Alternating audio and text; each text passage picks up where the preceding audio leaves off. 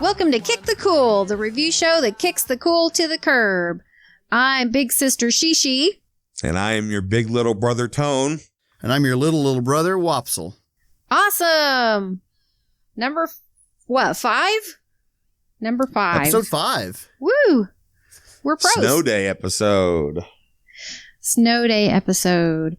Now, for what it's worth, this episode will come out March 3rd, I think it is. Right. So it'll be so far removed from Snow Day episode that part might not be might not be relevant anymore. Oh, well, hold on a second. How about that first day of spring, guys? Oh, wow. It was beautiful. Especially after that snow day last month. Yeah. You know? After that snow day we had. The turnaround is incredible.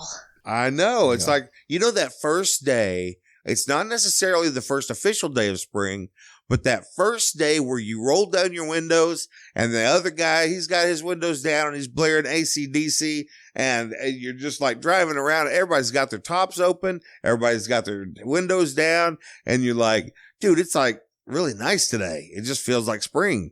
Mm-hmm. That's a beautiful day. Yeah, you better hope that it's that kind of a day when this airs. It'll be the worst blizzard of all time. Well, I wanted to talk a little bit about something. It's not like a review.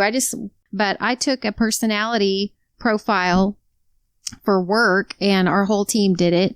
And we used the disc style personality profiles. And I turned out to be a C. And in ours, I know that, Wopsle, you said that it meant compliant, but I think that ours is probably a different company, and they all use different words, I guess. So mine said conscientious is what the C stood for. So then we had, so DISC is dominant, influencer, steadiness, and conscientious. And those are the 4 that I used. So anyway, I was surprised to find that I actually am a C style because I'm really team oriented, but apparently that is just one of my priorities is the team. And so that's why I don't fit in anywhere, because I'm quiet, but I also talk a lot. I don't know. I'm like, I don't know what I am. I'm confused. So, Wopsle, you did it. So, and you said you were I, right? I'm an IC. Now you have a second one too, right? Do you remember what your secondary one is? I didn't have a secondary one. Okay, you're just all C. Yep. All C. And then, there were wedges on either side. I don't know how yours looked, but we had wedges on either side. So if it was on to the right of the C, I would have been a CS and then a CD. And so I was closer to the CD. So, Tone, did you do one? Oh, wait a minute. I do remember I took a similar test, but it had an O. It was DISCO. Yeah. And my rating was that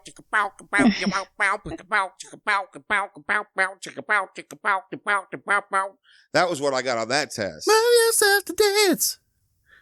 Move yourself to dance. You're bringing back childhood. You're bringing back my childhood. I took the disco test. I don't have time for the disc profile because I've been too worried about that disco profile. That's right. I gotta get my disco profile right. I like it. That's a much more, Put on some gold medallions and to take the test. I had to get prepared to take the test. So I put on some gold medallions. The costume is much different for the disco test than the one you have to put on for the disc test. The disc test, yeah.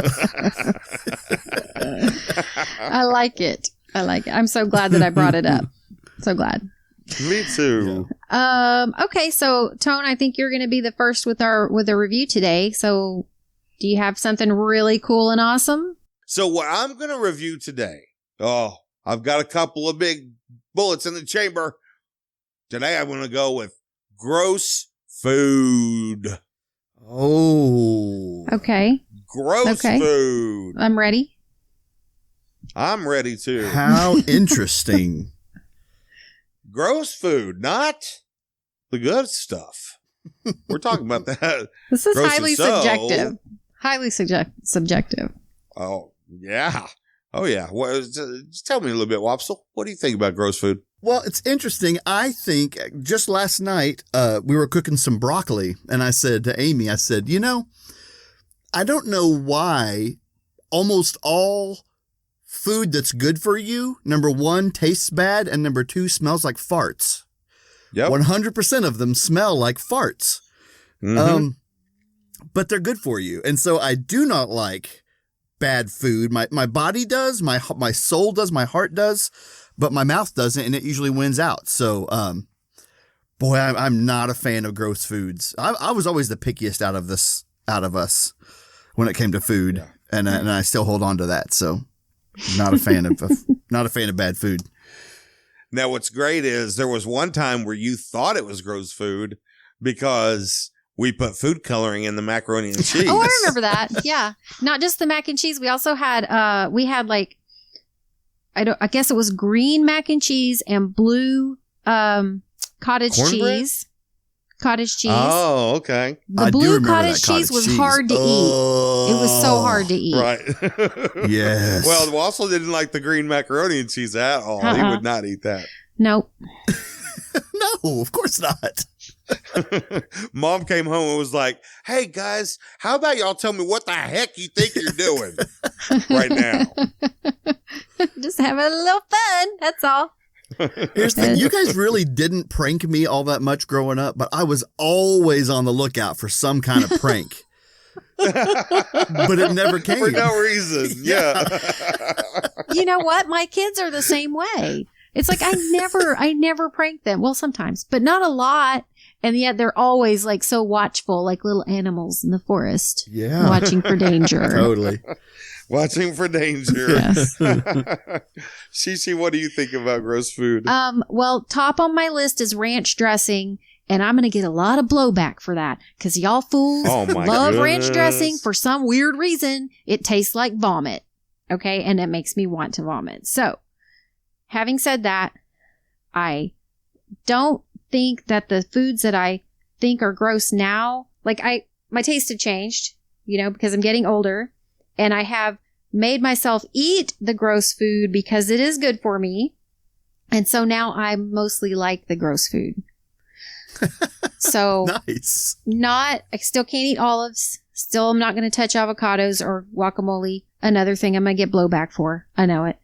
Ranch dressing is forever off the list. In fact, the kids prank me by putting ranch on my food without me knowing it and waiting for me to just eat it. But they didn't get me yet. They just want to. So, so gross food is changed.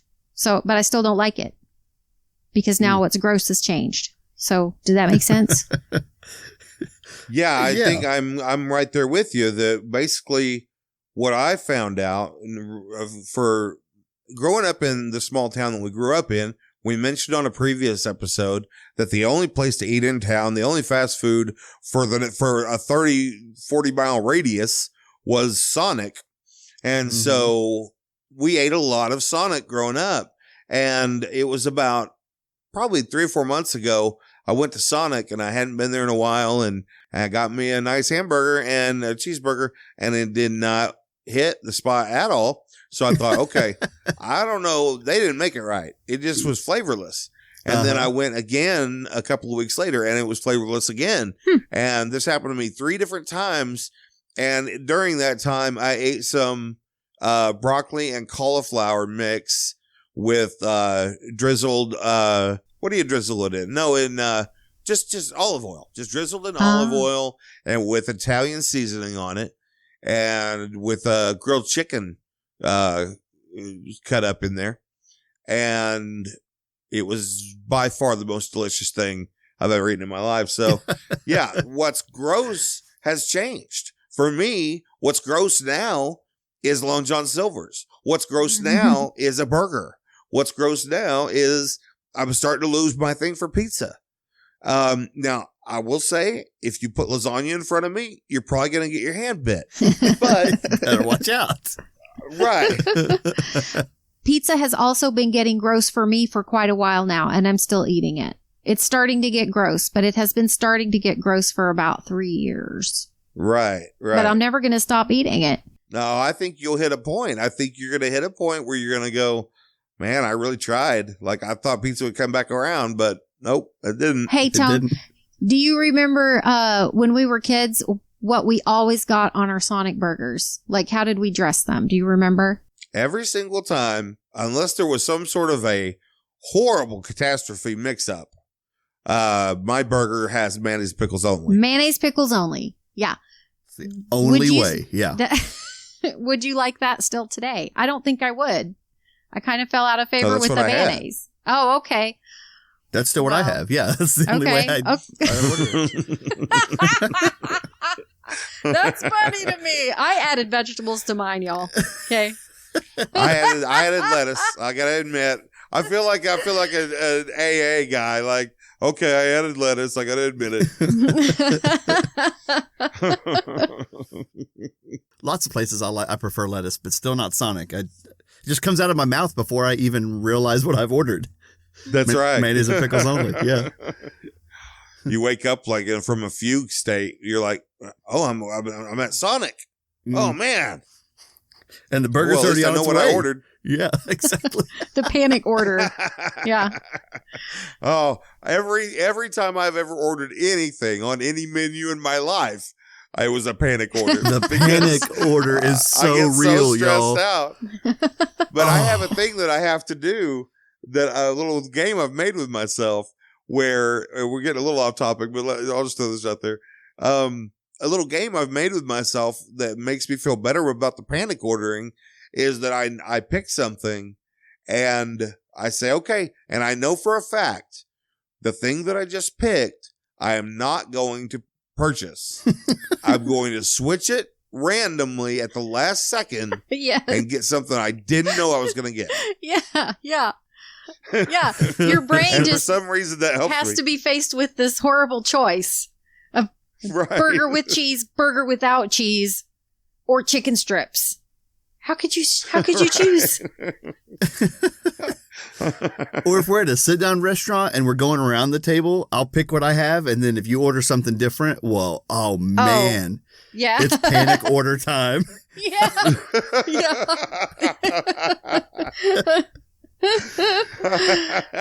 Boy.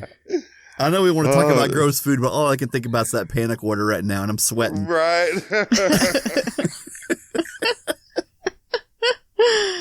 Oh, but yeah, I mean, so the gross food changes. Your idea of what's gross changes.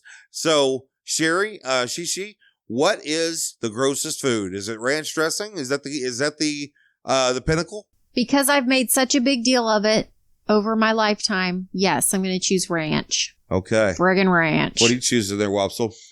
You know, my girls and my family like all the gross foods. At least once a week we have Brussels sprouts in this house. Nice. Like I said, they eat all the green stuff. But I just don't like any of it. But I'd say the number one gross for me is something else that we cook once a week: sauerkraut. Oh, y'all eat sauerkraut on a regular basis? That surprises me. Amy doesn't have a hot dog without sauerkraut on it, and we have it about once a week. You still let her kiss you? We got a couple of days, off limits for a little bit, but yeah. Does she go through a tube of toothpaste a week? Because, oh my gosh. Now that was what I was going to say too. I'm going to go ahead and rate gross foods. Sauerkraut is my number one, followed very closely by coleslaw. Mm-hmm. And I don't know what percentage of the problem with coleslaw is the word slaw, but it's probably pretty high. When the word itself leaves your mouth with that shape, of kind of a dry heave shape already.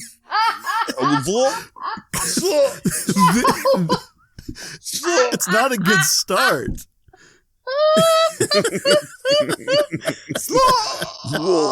Slow. Yeah. I could do that all day. That's really funny. Yeah. That's bad. Oh, man. So I'm going to rate gross foods at 36. Okay. I'm just going to rate gross foods straight up slaw. Gross foods to me are slaw. I'm going to rate gross foods because I'm C-style, and that means I'm boring, apparently. I'm gonna rate it gross. Gross. Nice. Oh, that's so good. Okay, well, Wopsle, what do you have for us this week? Look, I kind of feel like I have been in the habit of reviewing things that I like, and I don't want to always make that the thing, right? Some things deserve a low review, and people need to know about that as well, right? It's helpful to know when something isn't worth your time. But I feel like early on, there is something that I feel compelled to review that anybody that's listening to this podcast that knows me well is probably expecting me to review. So I thought, first 5 episodes, I've got to bring board games to the table. Yes. Right. Today, I want to review board games. Yeah. Nice. So, I like it. So I've got a lot to say. Don't even know all the things that I want to say. But before we do, what do you think about board games? Well, okay. I really like board games sometimes, and then other times they're really nerve-wracking for me. So I'm going to give it like a 3 out of 5, just for the anxiety factor. Yeah. Well, yeah. I'm a huge fan of board games. You know, I don't play them near enough, and it's hard to play board games by yourself, I've noticed. This is a problem I have. I have succeeded and I'm actually going to do a podcast of it. I play Dungeons and Dragons by myself, and I'm going tricky. to, that's real tricky. Yeah, I'm going to do a Let's Play podcast or whatever it's called, a real play podcast of it. So yeah, that's really interesting. You know, I actually have 3 solo board games that can only be played by oneself. And it's not like a deck of cards solitaire. It's like it has components, it has cards, it has rules. Yeah, so I because I always want to play, sometimes I got to play by myself. So I've got some really fun one-player board games. I need to look into that. Well, here again, I think I could talk for an hour about board games, and so I don't want to do that. But here's why I think board games deserve to be reviewed so high. And of course, it's because the connection that board games bring, right? The only time that the 3 of us have played board games over the last little bit has been at a holiday when, you know, toward the end of the day, we'll break out. Like last time you guys were over, we played that game, Who Knew? Remember that game where we try to guess what people like and try to give them cards that base what they like. Like it's fun, it's funny, it's get to know you stuff. Yeah. It's just so fun. We played that party playoff game that one time where you were like pitting different things against each other to see like what the favorite thing out of this big bracket was. I love that game. Right. So many just fun like ways to interact. So can you think, are there any games that like have a notable interaction, maybe positive or negative for you that you're just like, yeah, that is a memorable moment for board games? Oh, so many. I'm just thinking about all the board games that we had when we were kids, you know, like Hi-Ho Cherry-O, that thing's still around, believe it or not. And Tone, didn't we have one called 3 Little Pigs? And it had this little wheel that you spun around, and for some reason I was really fixated on the pink and green wedge on the wheel that you spin the... Anyway, do you remember that at all? Am I just talking to the wind here? I don't remember that at all. Okay, 3 Little Pigs, that's what it was. I'm going to say that. So... Yeah. Maybe you're not confusing it with Hungry Hungry Hippos, right? No, I know the difference between a pig and a hippo. You do, okay. And especially if one's hungry and the other's little. I know the difference. Right. No. Very not hungry pigs. So Hungry Hungry Hippo was really fun. You know, full pigs. Small satiated pigs was great. You got it. That's what I was trying for a while. Thank you. Yeah. Okay. So there's one game that I have a love-hate relationship with, and it is Candyland. So I don't really remember. Oh, man. I don't remember if we had Candyland when I was a kid. We could have. It might have been one of the games that we had played at someone else's house or something, because I was sort of familiar with it. But I remember playing it at our cousin's house. I remember playing it with the cousins. Okay, so they had it, but so I knew like Queen Frostine was my favorite, mostly because of the rhyming of her name, Queen Frostine. Yeah. But so my love for this game comes from all the years that I played with my kids, Candyland. I love it because my kids wore that game out. We lost the box, and so it's all in a baggie, and we taped things back together, and it was so fun. And also, it was the ninth circle of hell as well. Because the number of times I played that game, I don't even, like, it was the Twilight Zone. I was in a completely alternate time dimension. It was just mind-numbing. It's because it's easy. It's an easy game. And the kids are great because they can play it. They love it. But for an adult, and you're playing it because you love your kids, but you don't want to play that game 50 times in a single day. Because there's not even dice to roll. It's just drawing a card. It's drawing a damn card. That is it. And by golly, if you get stuck in one of the swamps or gooey gumdrops, and you're there and it's just like, please make it end. Please make it end. It's so infuriating. But all the bonding we did. And my kids have wonderful memories of that. And so I wouldn't trade it for the world. But thank God I don't ever have to play Candyland again. Thank God. Tony, I have early memories of you and Risk. Now, I feel like that you turned some good friendships bad for Risk. There were two problem areas. One was called Risk, and the other one was called Monopoly. Yes. And and here's why. You cheated? Not at all. Neither one of those games. A lot of people do. Like, they're really proud of it. Like, I cheat. I'm the banker every time. Oh, I cheat. No. Here's the problem. The way you win both Monopoly and Risk has hardly anything to do with dice rolls, hardly anything to do with drawing cards, hardly anything to do with whether you decide what you're going to buy or what you're not going to buy.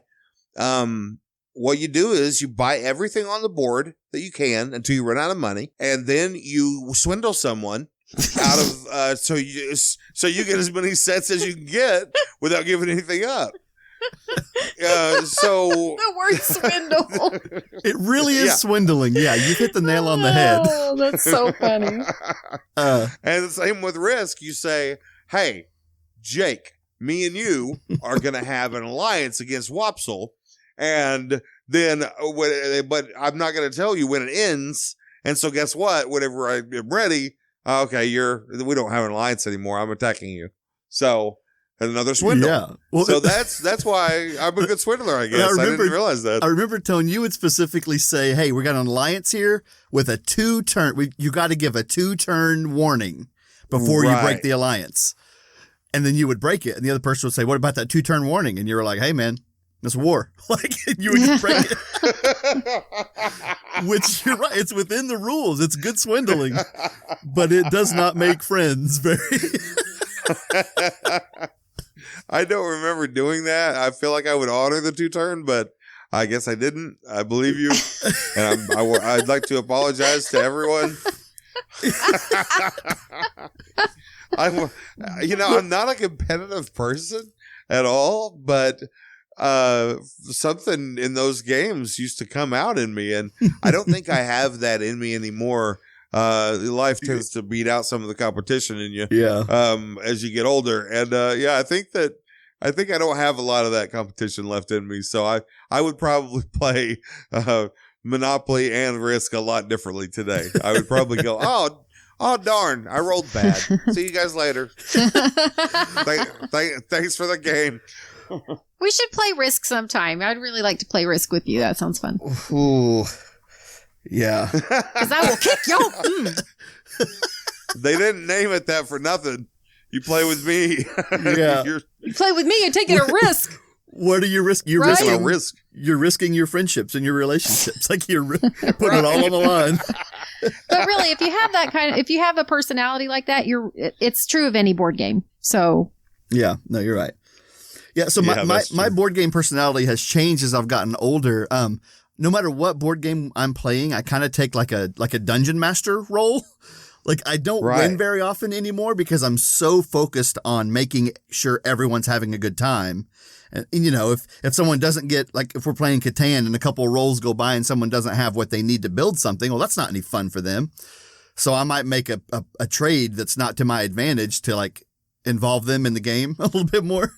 And it's a great way to play a game. It's a terrible way to win a game. Yeah. But I feel like I'm a dungeon master kind of no matter what we do. So I think, again, I could talk about board games a whole lot, but I think the way that I got into like modern board gaming is a really telling reason of why board games, I think modern board games anyway, are great. So kind of the most popular modern board game is called Catan, right? It's came out in the 90s and it was pretty good. I learned about that from my friend Calvin when I was traveling around with a missions group called World Changers. We traveled all summer and we played Catan all summer long. After we got done with that, he came to my house and we were kind of talking about it and we played it again. And then he was about to have to go on the plane and it wouldn't fit in his backpack. And he was like, Wopsle, I can't take Catan with me. And I was like, that's terrible, man. Like, what are you going to do if you can't take Catan? And he looked me in the eyes and he handed me that box and he said, here, Wopsle, I want you to have it. Wow. And like he bestowed to me this box. Now I could have maybe went and bought one, whatever, but like, it meant so much more because we had this connection, and then now I got to keep this part of this connection, and that's still the copy that I have today. And so every time I break it out, I think of Calvin, and it was like this made a connection, and it kept a connection going. And so now, like people come to our house to play Catan all the time because like that's how fosters friendships, fosters relationships. And so I think board games, especially modern board games, there's so many good ways. There's all these cooperative ones where it's like if you are super competitive, well, now it's all of us versus the board, right? So that's fun. All kinds of stuff. I made a board game and I took it with me to Chicago this past week and we played it a ton. Did you? So that's awesome. Just fun. So many good connections with board games. I love your game, by the way. Yeah, if you hadn't mentioned it, I was going to because it's great. I need to get a new updated copy. Yeah, it's just a quick little cooperative game where, you kind of go with your gut and you lose most of the time. And then you want to play again because you lost it and you want to try to beat it. So it's I'm all called about Boom, some games. Everybody. Boom. B-O-O-M. It is called Boom. Actually, yeah. So it's a good game. If you're ever around me, let's play it. I usually have it in my pocket. Okay, well, let's go around then. What do you rate board games? Yeah, 3 out of 5. There's just the connection stuff that you love. It's good for me, like, after it happens. I'm glad it happened, but I'm just like, I don't know, like, getting up to that point is kind of anxiety for me. So, yeah. 3 out of 5. All right. That's fair. That's fair. Tone, what do you rank board games? Yeah, I'm down with 3 out of 5. I like that. I'm going to go way higher than that. And I'm going to give board games a 16. Wow. That is way higher. Yeah. Well, I think that's good. Yeah, I think we all need to play board games more often than we do, for sure. I got to even mention, Tony, that you DM'd me, playing Dungeons and Dragons when I was like 5. And so I had it in my blood forever. The rating I'm going to get is only going to make sense to about 2 or 3 people on the planet, but it's the only rating that I can give board games, and it is the rating of 3 roads. Okay. It's 3 roads. Yes. 3 roads. The rating of 3 roads. I love it. Okay. Good. Well, okay. So, it's time for me. And, I decided that, I am going to review Newfangled technology. I'm going to review Newfangled technology.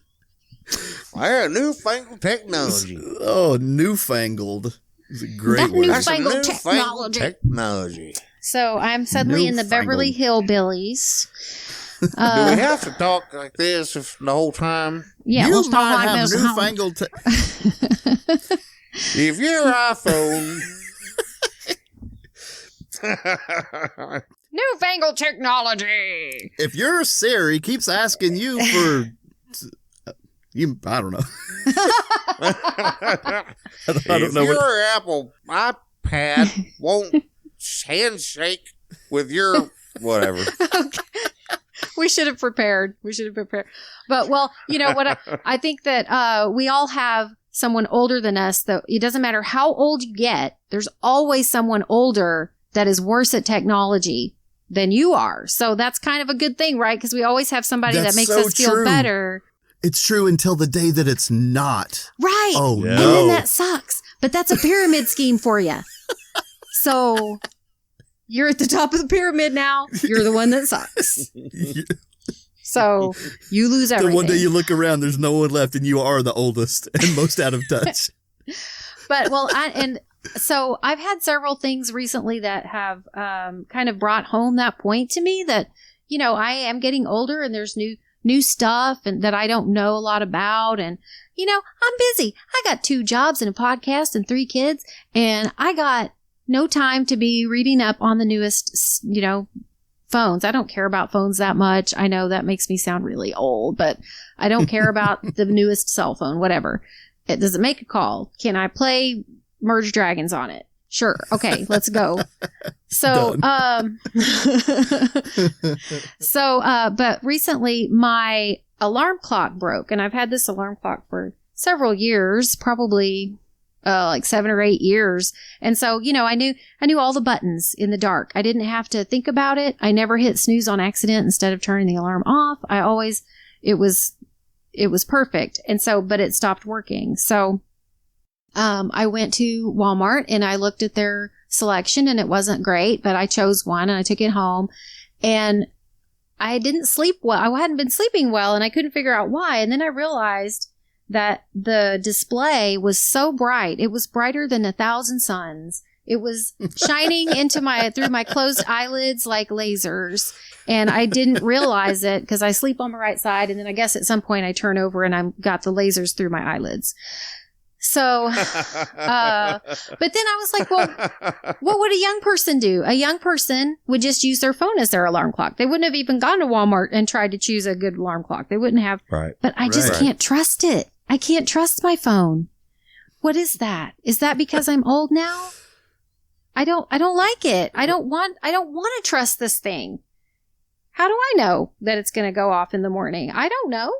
I'm really I don't know. It's newfangled. I'll give that to you. It is newfangled. But if you are skeptical of it, then you should get your clock. We don't have an alarm clock in our whole home. We don't own one. But you do have do you have a digital clock that you can see at night, or do you just look at your phone if you want to know what time it is? Yeah, I just look at my phone. Oh gosh, that's new. That's same here. So I have not had an alarm clock in like 10 years, maybe. Yeah, maybe more. Okay. So well, listen, LG, I'm with you on newfangled technology, and I'm kind of against it, and I think there's it's kind of silly sometimes. I'm just not sure that alarm clock is where I'm willing to go with you for what's defined as newfangled. Okay, this is what I'm saying. The newfangled part is the cell phone. I understand that alarm clocks have been around for a long time. The newfangled part is it's transitioning from one form of technology to a newer form. But so I solved my problem in a very Sherry way. I took a washcloth and I draped it over. And now I sleep like a baby.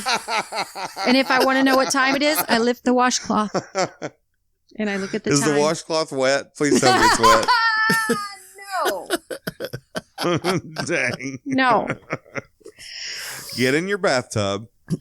So get your alarm, plug in your alarm clock. So no, here's the deal. It was so hard for me to make that transition. But when I did it, it took me a long time. I had to learn to trust it. Now, here's the problem. Nowadays, you're like, every single thing, the thing right now, the big thing right now is to make everything mobile, right? Mm-hmm. So, you want to buy a car? Do it on your phone. Oh, you need a home loan? Do it on your phone. And so this is a problem because I don't want to do those types of things on my phone. I don't trust that I'm going to buy a car on my telephone. Are you crazy? The fact that you just said telephone. Exactly. You don't use your landline for car shopping. Dial 9 for Porsche. Dial 8. Yeah. press 2 if you'd like to pay $1,000. Yeah. So, yeah. So anyway, yeah, I'm having a real problem because everything is trying to push me onto, and I'm also not a big fan, just because I'm not used to it, of using the Android operating system. I know Windows inside and out. Mm-hmm. I can mess with that all day. But now you tell me just how to, copy and paste in Android, and I'm like, there's no right click. What do I do? So here we come up against the reason why people get behind in technology. And that's because when you're young and you have a lot of time to commit to, studying, and it's exciting, and you think you're the first person that understands all of the stuff. And then you find something that works, and you find something that you're comfortable with. And then you have a job and you have kids and you're busy. And so you use the thing that you're comfortable with. Well, by the time your phone breaks and you come out and you're like, oh, now everybody's holding a computer in their hand instead of a phone, Yeah, and right. I had a slider keyboard that I thought was the bee's knees, because I could actually type on a keyboard, and, it didn't do anything else. So yeah, then that's how you get behind, and that's how, eventually you're at the top of the pyramid. It is true. The most recent time that I felt this a whole lot was whenever a friend of mine named Kaya, who's probably listening to this, she handed me her phone, and she wanted me to, I'm assuming she was Snapchatting. It was some app she had open that she wanted to film. She wanted me to film her doing this thing to put on her social media. And so I did it for her, and I handed it to her, and she said, "You didn't do it." I said, "Yeah, I did. I pushed the button." And she said, "No, to record a video, you have to hold down the button." And she's looking at me like I'm the idiot. And I'm like, no. Right. Since day one, since the first day man could record something onto something, you push the button to start the recording, and you push it to stop it. So don't look at me like I'm the idiot, because I didn't know you have to hold it down now for the entirety of the recording. And I don't know why they just changed that. Do you know how many quarter-second videos I have of myself? Yeah. Yeah, I have a lot. Because now all of a sudden, just one day, people were like, let's switch it. And I don't even think it's better, right? It's categorically better to push it and not have to worry about it until you want to stop. Holding it down. Well, I don't know if you're right. I don't know if this happens with Mac, because Wopsle is a Mac user primarily, but with Windows, that's the big freak out every 3 years or every how many years there's a new Windows, and they change all kinds of stuff. Why? For no reason. Why did you? Well, that's my opinion. It's because of money. I think it's money. Yep. They want to be able to sell the new product, and it has to be different. You can't sell you can't sell the exact same thing and call it something different. So yeah, I mean, Windows 3.1. If I had a floppy disk to load that stuff, I would load it right now. It'd be fine. Yeah. There's still a lot of people who use Windows XP, and that was like 6 generations ago. So. Yeah, 3.1, that's a little too old school. That's crazy, but I respect it. I love it. I will say that I am amazed every day at our new technology, and I think of myself as pretty, I keep up on it, and I really love science, and I love all this stuff. Like the self-driving cars is a little creepy to me, but I really think that they will get it eventually. It'll be fine. The 3D printers just blow my mind. It's so cool that you can make an object with moving parts, and you just printed it all together as one piece. It's just weird and cool. It's wild. Yeah, agree. I told Maggie Rose, my 16-year-old daughter, that I was going to do this about technology, and she has a problem right now with the pickup trucks that now have a bed. You can fold it down and make a step out of it. And she's like, why do we need a step for that? Make sure you mention that in your review, Mom. So I'm doing that. I love the step. I think that's cool. And there's like a handle that comes up too that you can kind of hold on to. Yeah. All of us old people that are bad at technology need something to hold on to. So yeah. Yeah. I think that one tailgate is like a 6-in-1 or something crazy like that. Yeah. And we don't think of stuff like that as technology, but it is. That's just new innovation. Right. So how about sticking your foot under the back of the car so that you can open your trunk? I don't know about that. Full of groceries, so awesome. Yeah, when your arms are full of groceries. I don't know. I was always wondering. I think I would love it. I was always wondering, can an opossum do the same thing? Oh, that's a great question. If an opossum runs under your car, is your hatch going to come up? Why did you choose possum? And why are you saying opossum? Please don't stop saying opossum. Come on. I'm just wondering if you're like walking away from your car and an opossum runs under there, then is your hatch going to be open the whole time that you're in Dollar General? You know or what? Is it, I don't know. Those things are always trying to get you. You know, you just got to watch out for them. Yeah, Opossums. absolutely. Yeah. The opossums. So funny. So, Tone, what would you rate Newfangled technology? And you have to say it in an old person voice. Well, I tell you what, that there newfangled technology, I don't want it. I'm going to give it a 74. Okay. Wopsle, what about you? I don't want it. Well, since I last... well, since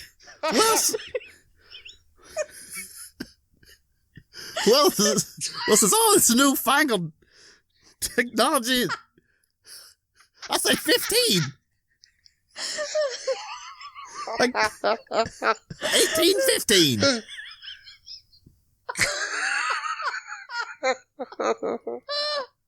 Oh, my stomach hurts. Go ahead, Wilson. 18, 15.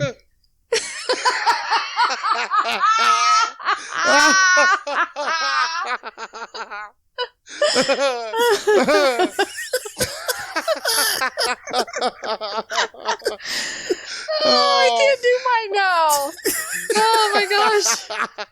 Okay. All right. Did I steal your rating? No. It was just too funny. I can't stop laughing. Okay, let me try.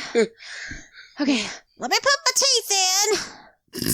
I think that I'm gonna have to give Newfangled technology the rating of the blue screen of death. And that is my rating. The Newfangled technology. Oh man, we need to talk old people voices more often. That's funny. Yeah, we do a whole episode. A whole episode in old people voices. Well, so your old person voice. Oh man, it was going all over the place. It was all over the map, dude. It was great.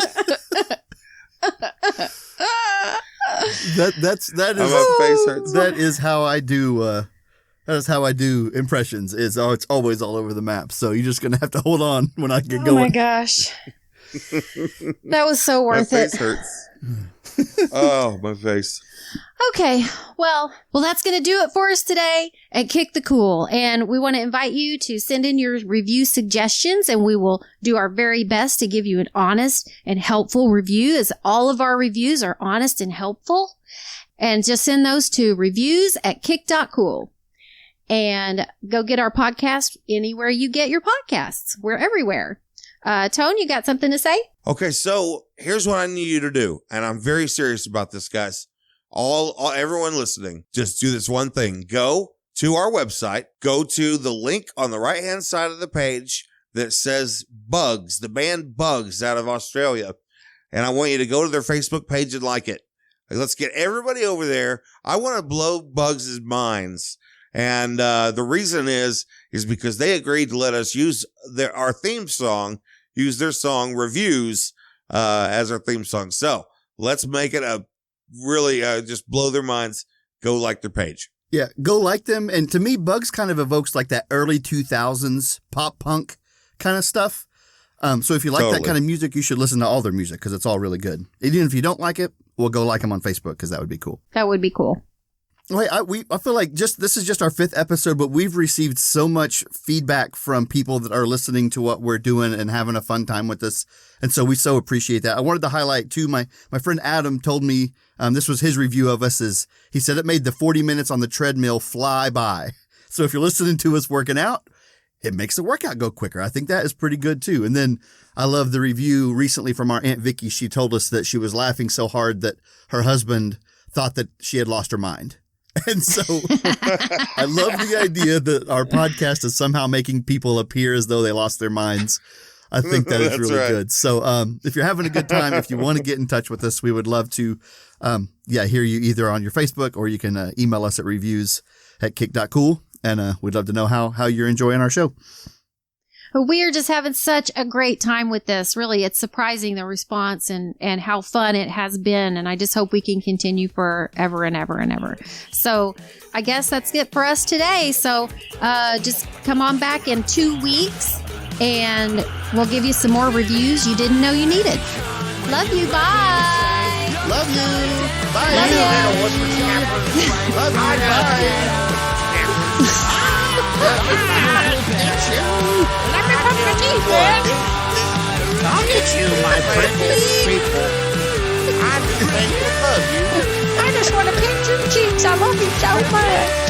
I can't even listen to the podcast. This new final podcast you guys got going on.